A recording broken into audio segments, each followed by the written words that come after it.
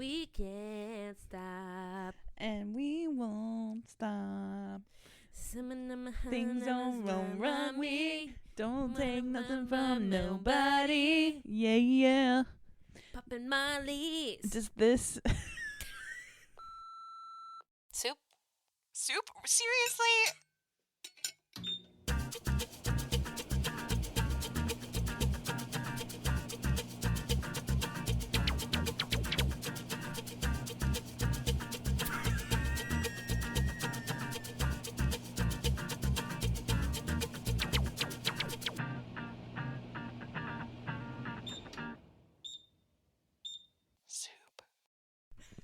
Sorry, you're getting all of my crazy Olympics. Welcome to Good Ceremony Soup. Day. Today is Welcome Olympic to Good Soup. Why do you have to be 7 minutes behind what I'm saying? Yes, today is Olympic Soup. Yeah, and we are bringing you a little bit of live coverage. Yeah. So far. Yeah. Yes. It's been a little bit of a weird Oh my gosh. opening ceremonies. Paris has really said, hold my beer. 'Cause they have just... Y'all, they have gone from... Honestly, I think they said, how many genres of music can we get in How here? many genres? How many different vibes can we give you? Types Summer of live fun performance. in the city, then to we're in the Hunger Games. Yeah. And everything's screwed. For real, there's bloodshed everywhere. There There's is people getting guillotined. decapitated. There's literally people being decapitated. Holding their own heads. There's a threesome happening. Well, publicly. alleged threesome. Yeah, they never actually touch each other, but it's very much implied. And then It's wild. It's wild. It's some might say a little derivative of the point of the Olympics, but I don't know who would, Yeah, we're not gonna get into that. Have they lit the flame yet? No, the reason we have it on right now is because they have not torched the eternal flame yet. So gotta torch the eternal flame. Yeah, the individual has yet to bring the torch. There is there's this shrouded individual, and they have been running, carrying parkouring, if you will, yeah, all over Paris, bringing the torch to wherever they are. Slightly reminiscent of the Grim Reaper. Slightly. Like, honestly. Or just a shady character that rows you down the river to death. Yes, the river Styx. Yeah, the boatman. Wait, is that from Hercules? Yeah. Okay. It's part of Greek mythology. Okay, yeah, but I'm sure it's in Hercules too. Yeah. But yeah. Chris just got back into the hang of like editing the podcast, and all day she's been like, I hate it when I do this thing. I hate it when I do that thing. So she's being a bit self-critical today. But no, and then there's another person who... The spirit of the Olympics. The spirit of the Olympics, who is wearing a very similar outfit to the individual who rode across the water on a horse. Yeah, metallic horse. Yes, and brought the flag. Yeah, the Olympic official flag. Olympic flag. So that was cool. Mm-hmm. That girl looks like she would rather be anywhere. Yeah, well, it's also been raining for a majority of the opening ceremony, so all the athletes are kind of over it. They all look pretty miserable. Which, to me, makes a lot of sense because it's just such an emotionally high day, and then it's a long, long day, I'm sure, for them. And then you have to go into tomorrow to compete. I literally was just thinking that. I'm like, whoever has like games tomorrow, right? Like, this would suck. Like, I wonder if there's any athletes that like, do you have to go? Right. I don't know. Because like, if you had a game of some kind, right, a competition the next day, like, do you want to spend 3 hours sitting out in the rain? Like, is that good for your body? This is the first year ever in Olympic history that it is 50% male athletes, 50% female athletes. Oh, seriously? Across the board. Is that why they're talking so much about it? Maybe. Okay. So I thought, sorry, you go ahead. No. I thought that it would be fun to have a little icebreaker game. Yay. So I wish this waka waka. I don't know. Obviously, when I get excited, I turn into Fozzie Bear. So. I love that about you. So this is not really going to be fair because you can't really do anything back to me. Like, you have to be the player, and I have to be the facilitator only. Okay. Because I didn't tell you this was happening. Wow, okay. So we're going to play a little game. Dance, monkey, dance. We're going to play Bath and Body Works scent or Taylor Swift song. Oh, yes. Okay, we've been talking about doing this for a while. Yeah. So I'm going to tell you the name of something, Mm-hmm. and you're going to tell me if you think it's a Taylor Swift song or a Bath and Body Works scent. Are you ready? Yes. Okay. Whoa, sorry. 1,000 Wishes. Bath and Body. That's correct. I think, don't you have that one? Maybe. Oh, no, you have the Firefly one. Yeah, Okay. I have the Firefly one. Midnight Snow.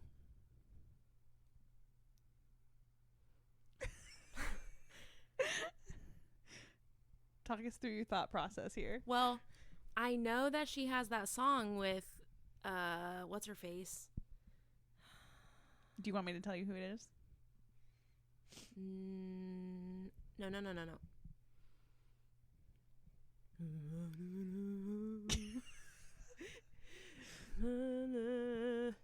What?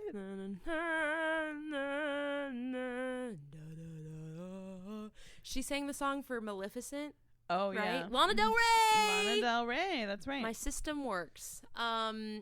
She has that song with Lana Del Rey about the snow on the beach being effing beautiful. Mm-hmm. That's one of my favorite songs, actually. But I can't remember if it's called Midnight Snow or not. Mm. It's definitely plausible that it's a Bath and Body Works scent. Seasonal, of course. Well, I guess they're all seasonal, but I'm going to say a Taylor Swift song. It's incorrect. It's a Bath and Body Works scent. Are you kidding me? What's that one song? Snow on the Beach? Snow on the Beach. All right.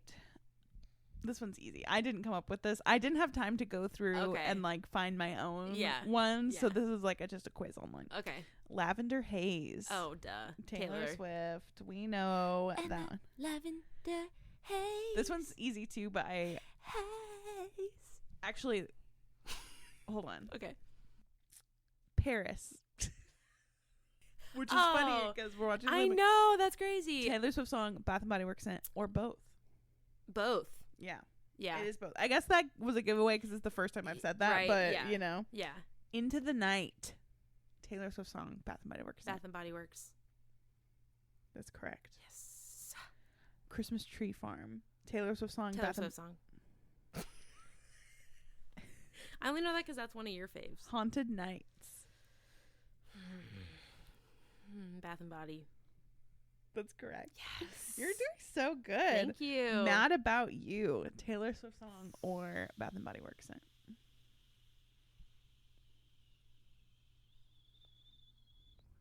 Taylor Swift. It's incorrect. It's a Bath and Body Works scent. What? Yeah. Starlight. Taylor Swift song or Bath and Body Works scent. Bath and Body. Incorrect. It's a Taylor Swift song. Oh my gosh. All right. Peace. Taylor Swift song. Bath and Body Works scent. Bath and Body. That's incorrect. It is Taylor Swift song. That is weirdly frustrating. Why? Because it seems like it should be easier than that. You know? Yeah. But they are remarkably similar. They are very remarkably similar. You're the One. Taylor Swift song. Bath and Body Works scent. Bath and Body. That's correct. Yes. I wish I had a prize for you. She's back at it again. Wonderland. Taylor Swift song. Bath and Body Taylor Works. Swift. Yes, ma'am. That's correct. All right. Dark Kiss. Taylor Swift song. Bath and Body Works. Bath and Body. That is so true. Yes. Forever Winter. Taylor Swift song. Bath and Body Works. Bath and Body. It's Taylor Swift song. What album is that even on? It's on the extended version of Red. Oh, well, that's why I don't know it. Yeah. New Year's Day. Taylor Swift song. Bath and Body Works. Bath and Body. Taylor Swift song. Are you? This is wild. I feel like I shouldn't be surprised by how mad that's making you, but that's funny. I mean, I'll get over it, but it is maddening. So let us know how you did at home. Yeah. What your score was. Or which one you thought was the most ridiculous. So 2 things. Number 1, I have to go back and correct something I said on the last podcast. Okay. I said that I was going to watch A Quiet Place day 1 out of posterity, and that is not the right use of that word whatsoever.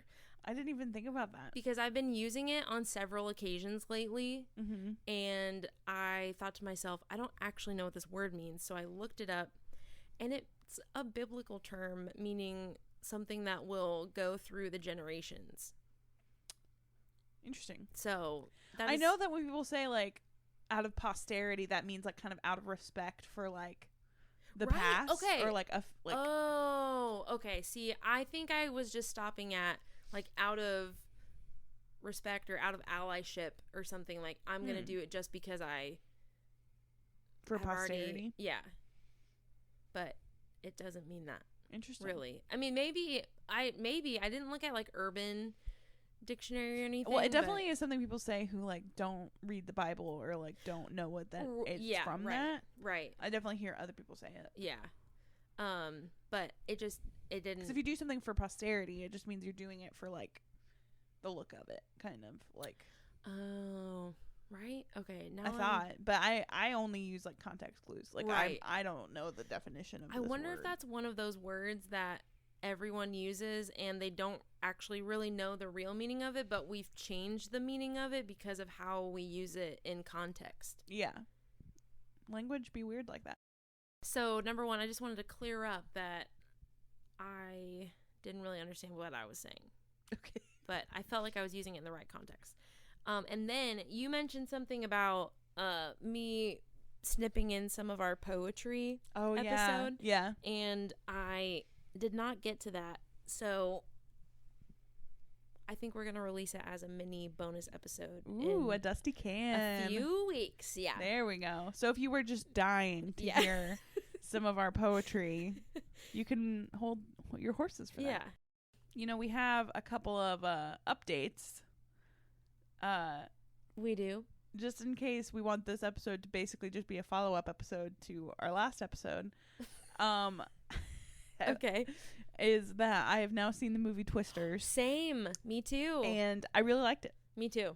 We've already talked about it a little bit. Should have saved it for the podcast. But we can't save all of our conversations for the podcast, guys. We're real friends. Yeah. In real life. If we did that, then we would never talk to each other. Exactly. So we both saw Twisters. And separately. We didn't separately. Thanks for rubbing salt in that wound. I know, like, why does that matter? Like, why do people need to know if we saw it together or not? Okay, stop. Just stop. Your hands are so cold. Are they? Yeah. I'm so sorry. I've been really cold. No, it feels good. Recently. I'm kind of warm. Okay. In here. Are you warm in here? I got warm after, but I was cuddling with that really warm blanket for a long time. Heavy blanket. Okay. Anyway, Twisters. It was really good. I thought that parts of it were a little bit stupid, but you know, like Oklahomans not knowing how to deal with a tornado, and like every character deciding that the moral thing to do was to help people, which is very nice. But do people really need you to just yell at them to get under the ground and move and run? I don't think so. Right. And so that was my one qualm with it. But other than that, I liked it. Yeah. I thought it was good. Yeah. Also, I've seen... Sorry, go ahead. I'm just realizing this now, that I am minorly, sorely disappointed that Bill Paxton or Helen Hunt did not make a little cameo. Oh, that is that makes me a little sad. That would have been... You know who did make a cameo? Neat. Glenn Powell's parents. Glenn Powell's parents. They've been in every movie since Spy Kids 3, which I think is crazy. That's fun. Good for them. That's so fun. They're in the little rodeo scene, sitting behind the two characters. Directly behind the two just in main case you want to characters. look for them. Another thing, I was listening to last week's episode today, because after Chris edits them, sometimes she sends me a finished copy and sometimes she doesn't. And so I listen to it with the rest of the world when it drops on the Spotify. I'm so sorry. No, I don't care. Okay. I just am explaining why I was listening to it this morning. Okay, yeah. And I realized that a movie that I said that I wanted to watch, what? A movie. I don't even know.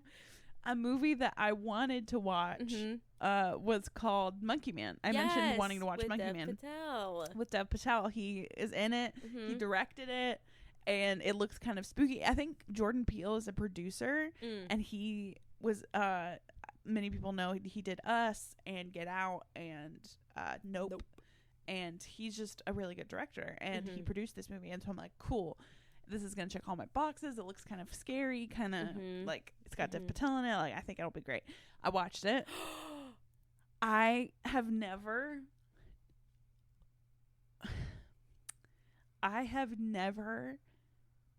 like watched a movie and then not been able to tell you anything about it before. Really? I understood almost none of it. And I don't know if it was just me or if it was just really bad writing, but it can't be just me. It can't be just really bad writing because Jordan Peele is behind this. Right. Like it was a big movie, but honestly, the plot did not make sense to me. I could not follow what was happening, and I don't know what it's about. I genuinely don't know what it's about. I could not get a sense of what it was about from the trailers, which sometimes is, There's a guy. This is just going to be a movie review podcast from now on. This is what, right? What we're going to talk about. But there's this guy, and his mother is killed when he's very young, and he's trying to get revenge on the people who did it. But also he's a boxer. And so he's trying to box more. Okay. It's on his list of things to do. But also there's some other people who are somehow connected that he's also trying to kill that are like maybe connected to his mother's death, maybe not. Oh. But they're not in the scene where his mother dies. So I don't know if they're like how they're connected. Right. There's like this religious cult leader that he's trying to kill because he's about to gain like political power and like take over a little bit. Okay. And so he's trying to kill this political leader and kill the cop that killed his mom and box in a professional setting. Hey, listen. And I don't get it. That sounds very straightforward to me. I just did not understand what was happening because it's just I could not follow what was going on. Anyway, so if any of you guys have seen Monkey Man and want to try to walk me through it, I would love that. Send us a DM. Yeah. So that's my thoughts on Monkey Man. Oh my gosh. Well, if only this were a visual, but I know that would be nice. I'm sitting in a chair and Chris is sitting on her bed and she's got her feet out and I just tapped on her little toes as I was talking. She did. It made us both giggle. Also updates. I know we usually save this for the end of the podcast, but I also just I felt like I've lived so many lives since the last time we recorded. I completely switched what I was reading. I'm no longer reading what I was reading 2 weeks ago when we recorded. So that book gone. We don't know about her anymore. I'll finish her eventually. Today's not the day. I have started a new book, and I'm like almost 200 pages into it. Whoa. Which is the longest. I have not been reading very much this summer, and so I like how I'm holding it up to see, like, there's a camera. I know. It's for my eyes. It's for Chris's eyes. But I have started a new book, and I'm very far into it, and I'm really enjoying it. It's called Middle of the Night by Riley Sager, and I bought this on my birthday. It was kind of my little birthday gift to myself. There's another person holding the torch. Who is lighting this gosh darn it went out. No, okay, there we go. It just looked like it went out. This person's like jogging along the Seine. What is happening? Well, that's how the torch is passed. People run it across a great distance. Multiple people? Yeah, but normally I have never watched an Olympic opening.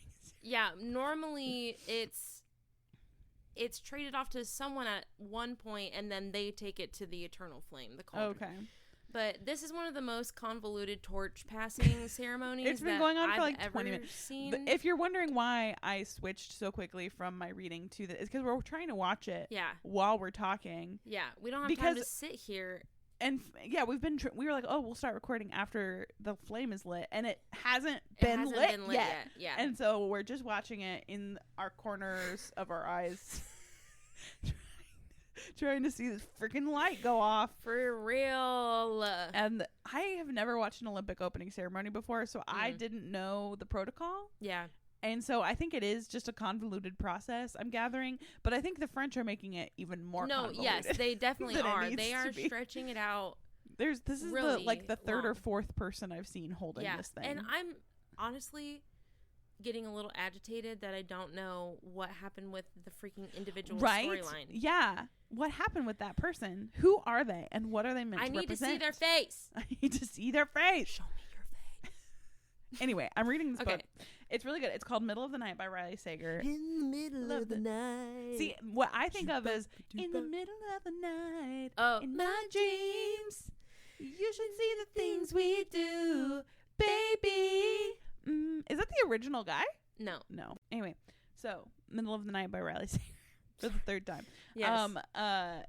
Riley Sager has written some of my favorite thriller books. Mm-hmm. He writes one, and it comes out every summer, and it's always such a fun part of my summer. That's fun. To read his new releases. He's just a great author, great twists, so fun. If you've read any, I don't know why I keep wanting audience interaction so badly, but if you've read any Riley Sager, let me know what your favorite is. Yeah, but please I'm DM right us. in the middle of the night, and I'm really enjoying it. It's about this man who returns to his childhood home for the first time in 30 years because when he was a child, his best friend was kidnapped and murdered out of the tent that they were sharing. And they were doing like a backyard camp out, and he woke up and the tent had been like cut open and his friend was gone. Nope. And so he returns, and then they find his body like in the lake. Anyway, and so he's trying to figure out. They find his body when he returns 30 years later? Yeah, they find the body 30 years. That's probably a spoiler. I don't think you're supposed to know that yet. But wait, how? Because skeleton, it's just a skeleton then, right? Yeah, I'd assume so. Okay. But apparently everybody has dental records. Do you have dental records? Yeah, I go to the dentist. I go to the dentist too. So does that mean I have dental records? Yes. Okay. Everyone, I listen to like true crime podcasts and stuff. And it's like they were identified by dental records. And I'm like, I hope I have those. You do. If you've ever been to the dentist, you have dental records. Really? It's the records they keep at the dentist office. Do they just keep them forever? Yeah, like if you've ever been to the doctor's office, But how do they know what dentist you go to? I don't know. They like, ask your insurance or your family. But if they don't know who you are, if they just find a skeleton, they're like, who is this? They're just going to try every set of dental records in the world? That's a good question. Any investigators, DM us. How do they use dental records to identify you? You know, that is interesting. I wonder if they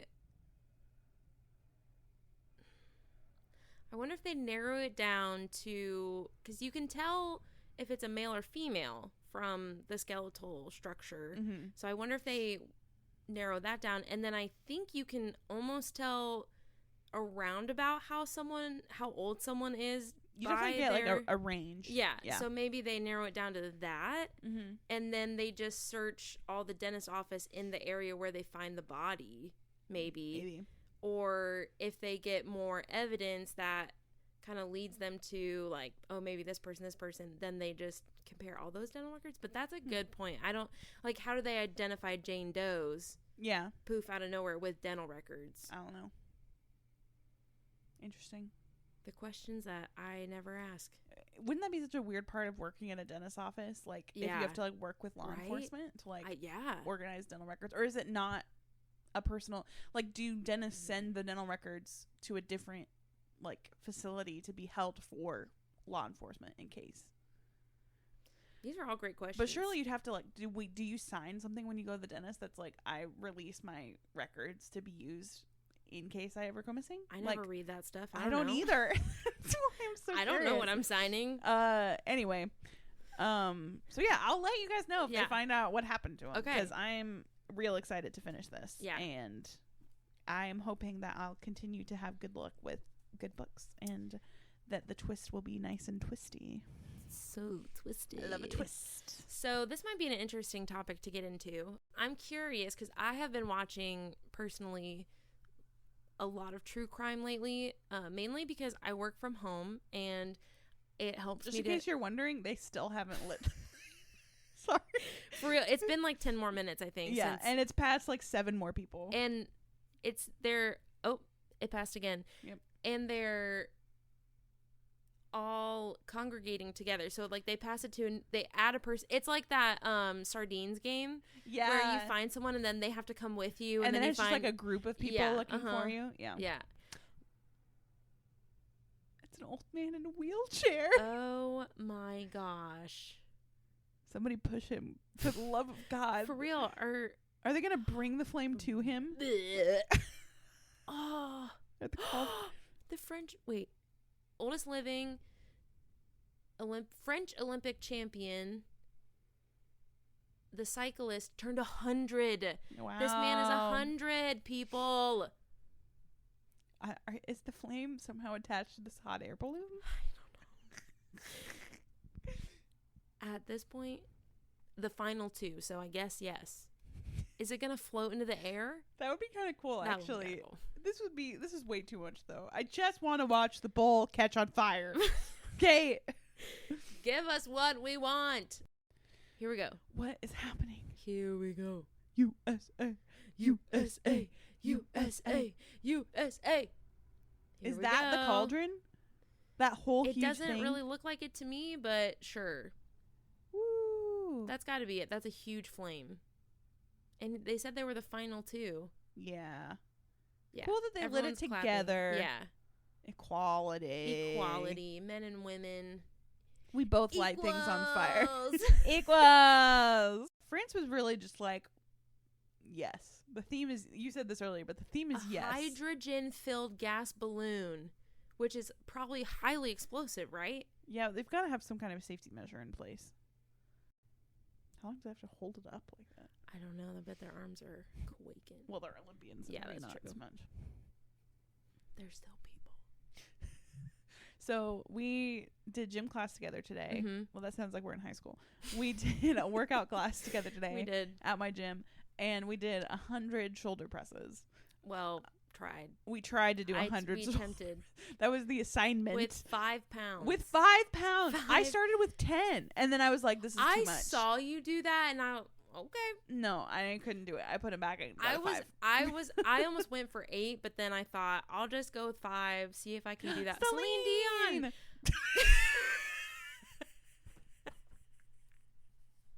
I'm so sorry to everyone listening.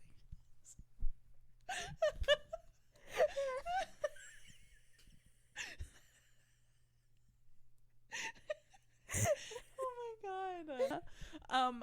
We really probably should not watch things while talking unless we're trying to do like a movie watch with us, because this is not gonna make any sense. Guys, Celine Dion is performing for the Olympics. That's what's happening. Okay, well, we saw the torch, so. Did you hear my stomach just now? No. Oh man, I tried to record it. It didn't work. All right. Are you good if I? Yeah, let's just turn it off. This is too much. Clearly, both of our little goldfish brains. I know, can't. Mostly mine, but Can't I'll handle include it. Chris with that one because okay. we both said Celine Dion. We did. Okay, so back to true crime. Really zipping it all the way back. I've been watching a lot more of it recently. Yes. Doesn't matter why.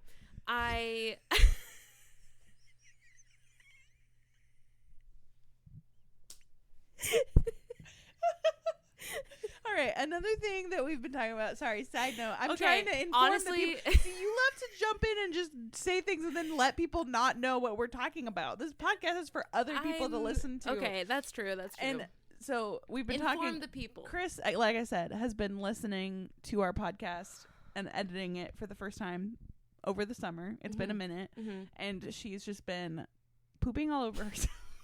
Of just all the things she's doing wrong. It's terrible. But one of the things she feels that she's doing wrong is giving too much detail. All day she's been unwarranted detail. And so she's like just been cutting herself off in the middle of stories, being like, and I don't need to explain myself further. Like trying so hard not to give too much detail. It's so hard. Anyway, so you've been watching more true crime. More true crime recently. And because of my faith, a verse that keeps popping up into my head, let me clarify, I don't feel it in the way of like feeling actually convicted about it, but it's popping up in my brain of like, what does that really mean though? And so the verse I keep thinking of is, I just want to get it right, because that's probably good, right?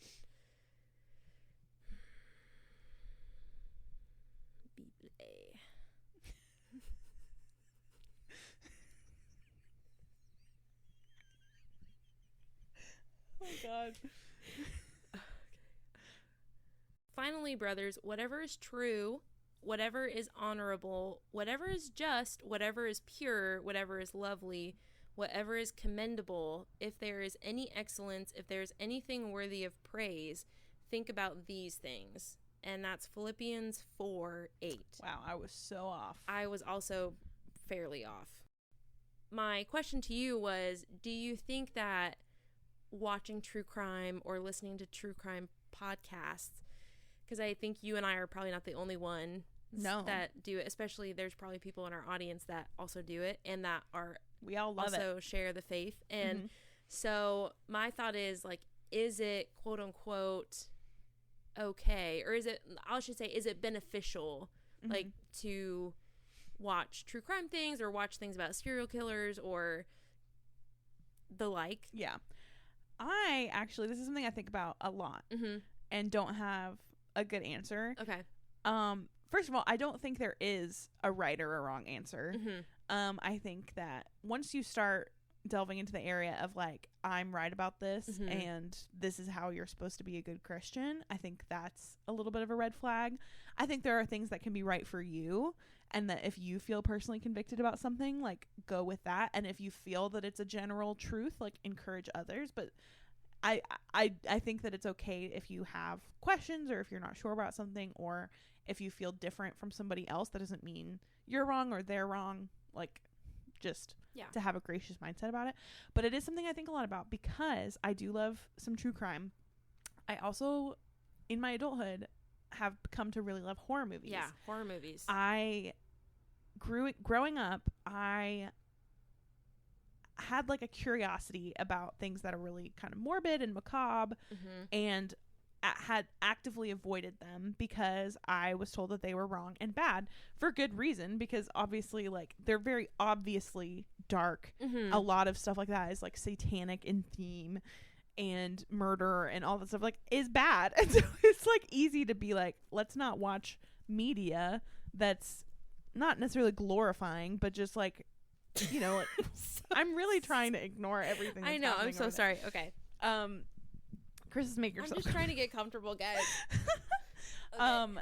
Anyway, and then as like an adult, I have kind of given myself permission to watch these movies and whatever that I'm interested in, because like I felt so much like shame around even wanting to watch those things or being interested in those things, and I felt like I couldn't do it.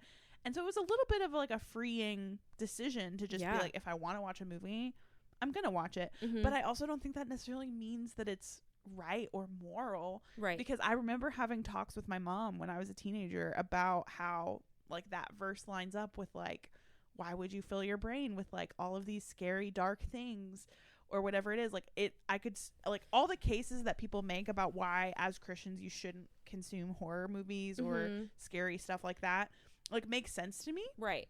But like it doesn't resonate with me personally. But I also don't, again, like I don't think that how you feel always necessarily dictates what's godly and what's not godly. Yeah. And so like I don't know, like it's not something I feel personal conviction about at this exact moment in my life. Yeah.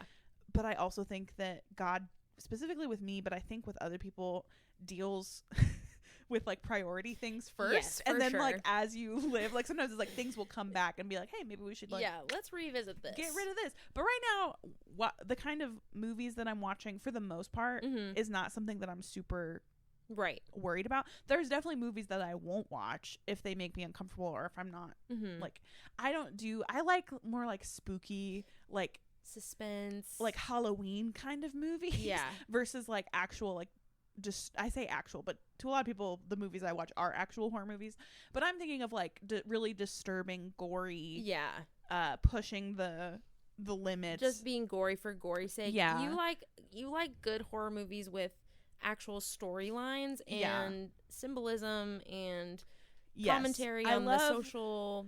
That's what one of the things I love in horror movies is that I think that there's some topics that get talked about a lot more in horror movies than do in regular films, and the way they do it is always so interesting and relevant to me. Like, you can talk about grief and PTSD and trauma in such a more like deep and unflinching way in a horror movie than you really can in like any other movie genre. And there's some movies that I've watched that have, you know, taken on those kinds of themes and have been really impactful for me and that I've really, really enjoyed. And I feel like it's such an interesting way to express your artistry. Yeah. And so like, I don't think that's a bad thing. Right. Like, I don't think that's a thing to I don't know, for some people it probably wouldn't fit in the whatever is good, whatever is lovely, whatever those adjectives are, but I find those things beautiful. And like, well, yeah, first of all, it never says beautiful in here. It says true, honorable, just, pure, and lovely, and commendable.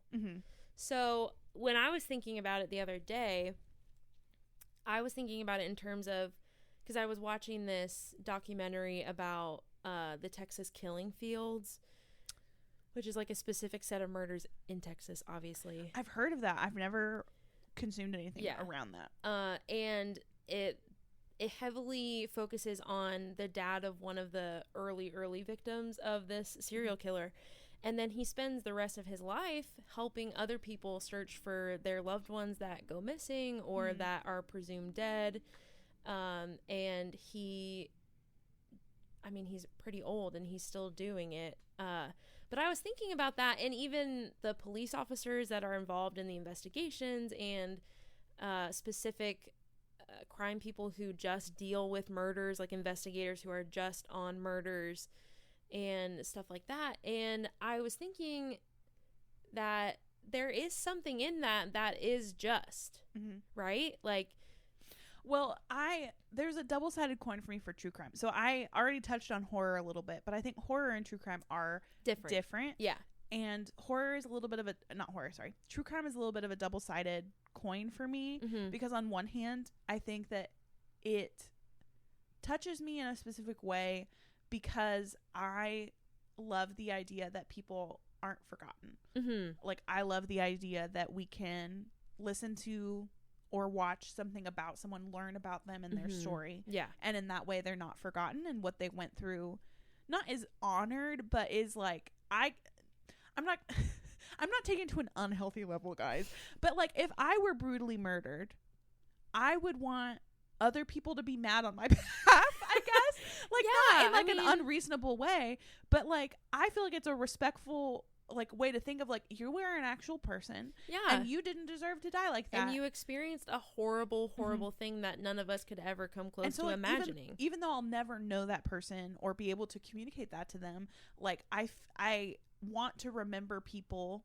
who have died in all kinds of ways. Like, this is controversial and I don't always do this, but that's why sometimes on 9/11 I will read through the names of the people who died, like, because I don't want them to be forgotten, even though obviously it's just a name to me, but like, they deserve to be thought of and remembered, and be like, hey, this happened to you should not have happened. I say that's controversial because Ian always tells me not to do that, because then I just cry. Or like, because that usually leads to me like listening to like the phone calls of people who like called their loved ones. Yeah, it's not good. I'll get to that in a second. I'll get to the okay, whatever that. But I think it's good to remember people and hear people's stories and have that awareness. Also, I think because this is the other side of that coin, it's so popular now that I think you can effectively lose the humanity of it, that these were actual people with actual lives and not just fodder for your podcasting. Right. And I think that's just something you have to suss out for yourself. If you're a true crime listener, a consumer, you obviously can't know the intentions of the person who created the content always, but like, you know, like use your discernment, and like if you need to take a break for a little while, take a break. Or if you need to, you know, like if it feels icky to you and it feels exploitative, then like, shut it down. Yeah. And I will also say it's okay to take a break if emotionally it's too much for you, because that's, again, now I'm making a triple-sided coin of like sometimes my just mood and overall emotional load gets too much, and I have had to like take a break from true crime before. I think I've actually told you about that. That I've had to like just be like, I'm not going to listen to any true crime or watch any true crime for a little while. And it was only a couple months, I think. But I just was so like just down all the time. Yeah. And it wasn't specifically that genre of thing's fault, but it just was really affecting me. Yeah. Because it was just like every day it's like not helping and you. Then she was bashed in the head and brutally, you know, like attacked, and and it's like, okay, like I'm and not you're trying to have like a positive headspace, right? Like, and sometimes it's just not good. Yeah. And so it's okay to like, you don't have. I was just talking to Mom about this. This is a little bit of a pivot. Welcome to a conversation with me, where we pivot constantly. But I was talking to my mom because you know, if you've been listening to our podcast for any length of time, you know that my faith journey and, you know, spiritual stuff has been a little bit of a salad spinner recently. And I was talking to my mom about some of the things that just I don't understand or that bother me.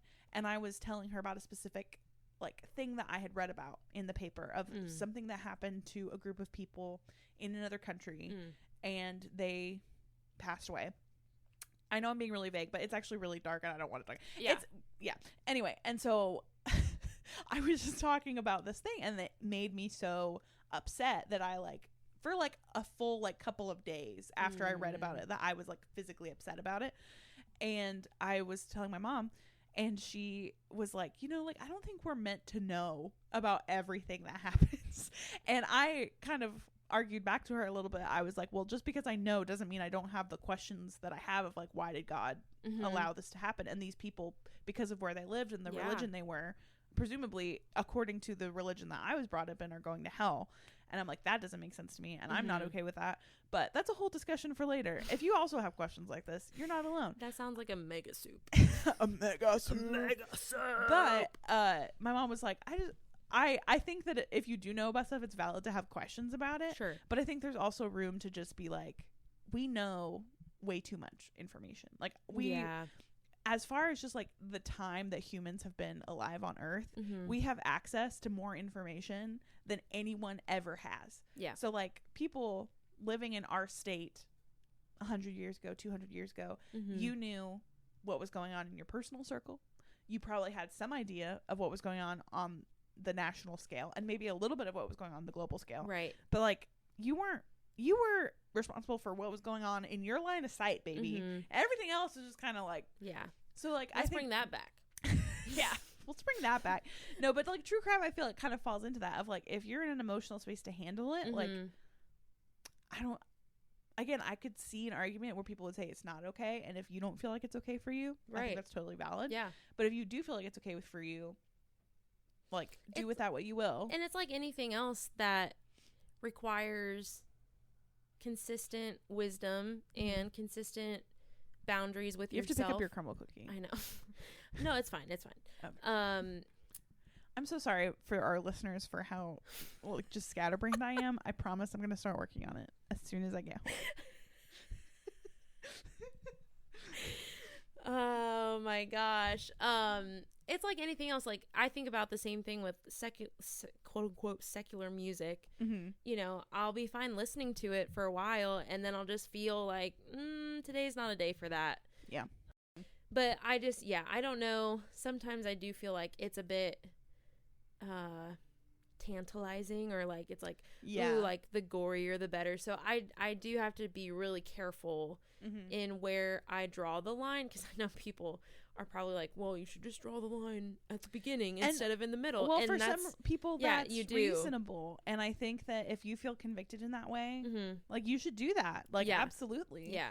But I also like I said, like I think it's really hard to put a definitive like this is what's good for everyone and what's not okay for everyone. We should put a poll in the Instagram. Ooh, that's a good idea. You know, like, true crime, yes or no? Yes.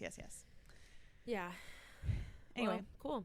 It's not like I have the answers on all this stuff. No, I know. But I was just curious on your thoughts about it. Yeah. Because I've been thinking a lot about it. And I know we both I'm going watch to it. go see Longlegs tomorrow. Yes. Oh my movie. gosh. And I'm so excited about it. That looks pretty intense, I must say. With that in mind, maybe I'll come back next week with some thoughts. Oh yeah. This literally is just going to be half movie review, half That's like rando. half you see so many movies though. I've seen a couple like more recently, but I feel like you and Evan watch movies all the time or go to the theater. We go to the theater quite regularly. Yeah. Cool. I like going to the movies. Yeah. So, you know, it's fun. I'm fine with it. Yeah, absolutely. Let's really, really quick do our soup of the day. Soup of the day. Well, soup of I the literally day. had soup for lunch. You literally did. And it's it wrecking my stomach. I had a can of Progresso soup, and I literally, so I like their like chicken noodle soup is good. It's fine. And I've had more of like their brothy soups, but they had a creamy chicken and broccoli soup. Oh, no. And I was like, oh, I'll try that. Like that'll be fine. And I've been enjoying having like, it's nice to have some like quick, like not necessarily low calorie, but a good calorie to protein ratio just ready to go for days like today when I don't have lunch ready. Right. Because I didn't make dinner last night because I was being lazy. So I was like, cool, I'll just get this can of soup to have on hand. And so I pulled it out this morning. I'm like, good for me. I got this can of soup. I'm ready to go. And then I ate it and it was fine. It was okay. I think you ate a quarter of the bowl. I did not eat very much of it. And my stomach has been rip-roaring it up. Like it's been bad. It's not been good. And yeah, I'm glad we're talking about it on the podcast. I'm sorry. I really wasn't gonna bring it up, but so I'm going to just go with the soup that I've actually eaten today. Oh, okay. Which is creamy chicken and broccoli. It's really not that bad. It tastes pretty good, but is it like that like good for your body? Like probably not. And so it's like I'm doing okay, like I'm doing pretty good. Like the flavors are there, but like the substance is like not sitting well with me.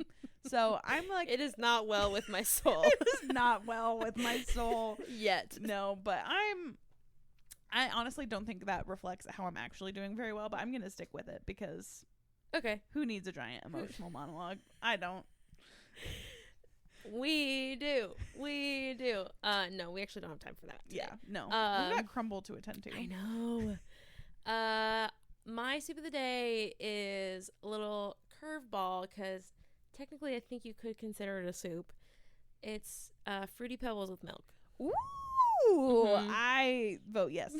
I vote we allow it into the soup council. Yes. I second that. Passed. Passed. Approved. I had, excuse me. I had a Fruity Pebble milkshake last night. Ooh. And it was very good. Was it like a protein shake or was it like you made it? No, I didn't make it. I bought it at an ice cream store. Oh. Yeah. I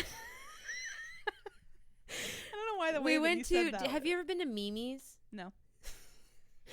Are you thinking of bye Mimi? Bye. Bye, Mimi. Bye. No, I actually wasn't. That's really funny. It's right across from Opry in that little plaza where Cracker Barrel is. Oh, okay. And the ice cream is really good. So if anyone is ever around that zone, I would recommend stopping at Mimi's. Yeah. Okay.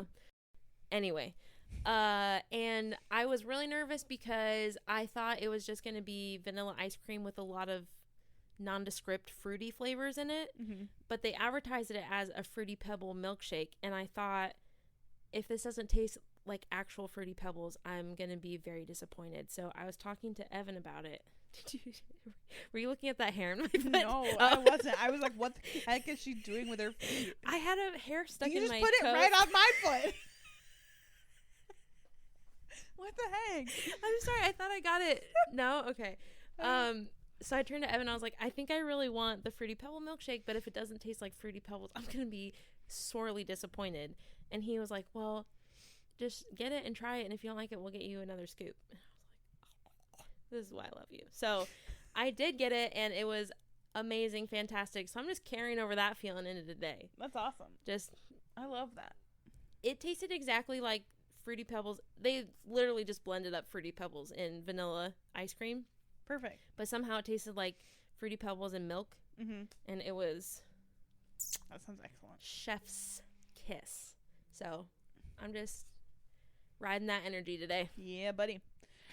All right. Well, we will see you when we see you. We both got some traveling plans. We do have some traveling. We're trying to stay consistent and work around it, but life happens. We'll see you when we see you. Soup happens. Soup happens. I love that. Yeah, soup happens, and yeah.